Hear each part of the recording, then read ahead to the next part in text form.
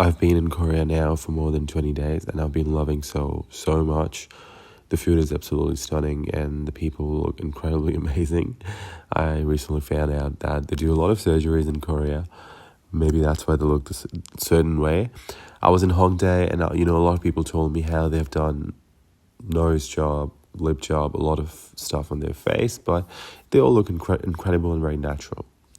So I was walking today and I went to the church. It looks beautiful. And now this is a street very close to another food market, which was called Mekkedong, something like that. I can't pronounce it very right. And the sushi I just showed earlier is from 7-Eleven. They do beautiful sushi. Seriously, I love how 7-Eleven in Korea has really quality food. Unlike Australia or other countries I've been, the quality of the food in Korea at 7-Eleven was really good. Very filling and very nice. Also, they've got chairs and tables, which is incredible because you can sit down, relax, have a cup of tea, especially in winters when I can't walk anymore. Like here in this video, I was sending a voice message to my mom and my lips were literally frozen. They weren't even moving. So I was just really laughing that what's happening to me. I felt like my skin is frozen. Also today I was just thinking that how, little things in our relationship makes our relationship stronger, but also one small thing can really ruin everything. And I was just reflecting how lying can just ruin everything in a relationship. By the way, before I talk about lying, I just want to talk about this dancing octopus. It looks crazy because I was in the market, at night market, and I saw a lot of people eating this live octopus, and I was like, you know what, I want to try. I asked one of the local guy and he said, this is a delicacy in Korea. It's basically dancing octopus with some raw meat and a raw egg. So the dancing octopus is live octopus, which is meant to be really good for your health, especially for men, really good for your sperm quality. So they tell you to have it if you think you need it, So I wanted to come and try it. I paid almost 40 Australian dollars for this, and honestly this octopus was just stuck on the plate. It was really difficult to hold it. It just was moving and stuck onto the plate. You really have to put some effort. And here I was really nervous, and when I put it in my mouth it was actually moving. But not only that, but also it was trying to be, I don't know how to explain, but it was very chewy, very watery, and the texture was really gummy. It was good, but I don't know if I will have it again. I would prefer it cooked. Usually I have a very diverse palate, but this was a bit too much for me. But good to try. I really like the raw meat, but most of the raw meat I've tried in Korea, was almost half of it was frozen. So this was not even raw. It was like frozen meat in my mouth with some apples and some raw octopus. Yeah, definitely worth trying. So I think lying, no matter how small, can have serious consequences over time, It creates cracks in the foundation of trust, making it very difficult for the relationship to remain stable and healthy. Trust is not something that can be built overnight, as we all know, but it can be destroyed in an instant with dishonesty, So basically, when one person lies, the other begins to question not just the lie itself, but also past conversations you had together, future promises you have been making together, and even their own perception of reality. This doubt can lead to a cycle of insecurity, of course, which can lead to many other problems. And you can't rely on that person anymore because you feel like the words do not align with their actions, of course. So once trust is broken, rebuilding takes a long time, and it definitely requires consistent honesty, effort, and proof of reliability. So, some damage may never fully heal, leaving the relationship permanently strained.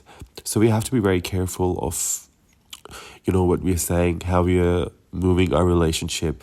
And I feel like a lot of people often tend to ignore the aspect of lying, especially the community where I come from. We really don't take it seriously, but definitely it is a big thing.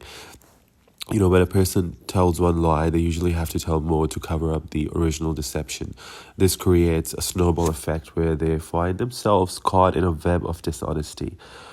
What starts as a small falsehood can quickly turn into a larger problem, As they struggle to maintain their lie over time, this can make the relationship feel fake, as one person is constantly hiding things while the other senses that something is not right.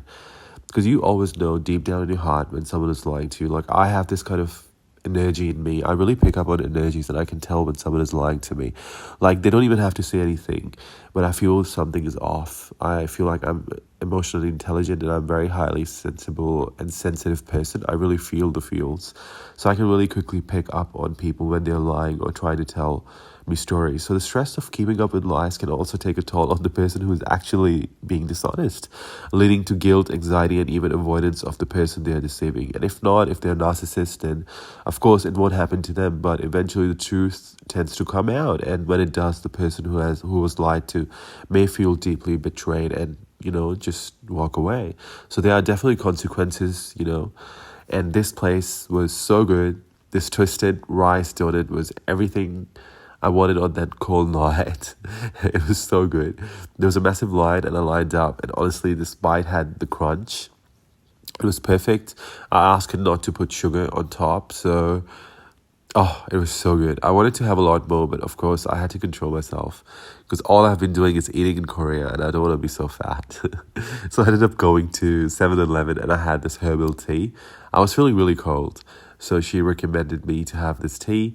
I had no idea what I had, but it was so good. And then I had midnight craving and I went to this really good fried chicken place. Oh God, it was heaven on earth. And then I went to bed. I woke up in the morning, new day has started. And very close to my hotel was this place called Changdeokgung. And I walked over there. They have a lot of beautiful little homes, which are turned into a cafe.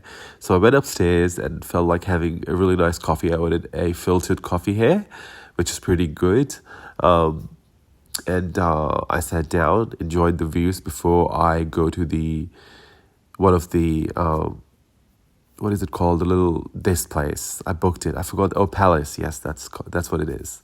One of the palaces over there. And I thought maybe I should have a tea. It was early morning. Like, I think it was 10 a.m. and that's when it opens. And the views were to die for. But basically, the coffees here were so expensive. So you're basically paying for the view. I think I paid 9 to 10 Australian dollars for one filtered coffee. And if you want to have something else, it was like 10 Australian dollars. So if you want to have something else, everything is really expensive on the menu, but you're paying for the view, as I've said. It was definitely worth it. I was really enjoying it. And this is the ticket to go to the palace, and that's what it's called, Changdeokgung Palace. Yeah.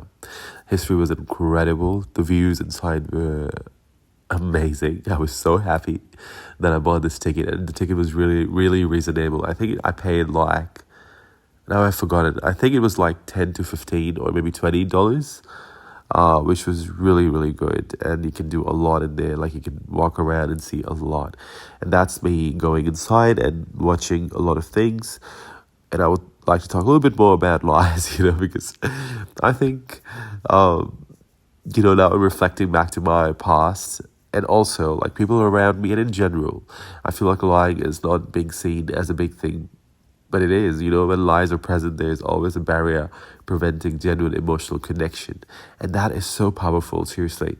Lying can really stop you to have the genuine emotional connection. And that's what you really need when you are in love with someone. Or even with your family, like with your parents, with your best friend or friends or people you just say hello. Seriously, lies can take such a big toll on the person who has been lied to and the person who is lying, because it is so addictive. It becomes really addictive and you just don't even know where you are now, what have you done to your life, because it can ruin you incredibly and the person you are around or the people you're around. So you have to be very careful, because this uncertainty can lead to feelings of loneliness, rejection and frustration. So I think insecurity and anxiety are common consequences of dishonesty in relationships. When someone discovers they have been lied to, they often begin to question everything else. They may wonder if their partner is being truthful about other things or not, which is a very normal thing to think of. And this constant uncertainty can lead to overthinking, stress, and even trust issues in future relationships. The person who has been lied to may start to seek constant reassurance, checking for inconsistency, or becoming overly suspicious. Again, that is very normal reaction. This dynamic can make both individuals in the relationship feel exhausted. and frustrated, ultimately leading to more tension and conflict.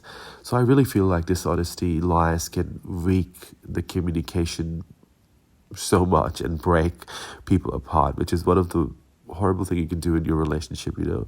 So when people lie, conversation become less about understanding each other and more about avoiding the truth, I think. Instead of addressing real issue, they may try to hide them or shift blame, preventing any real solution, you know.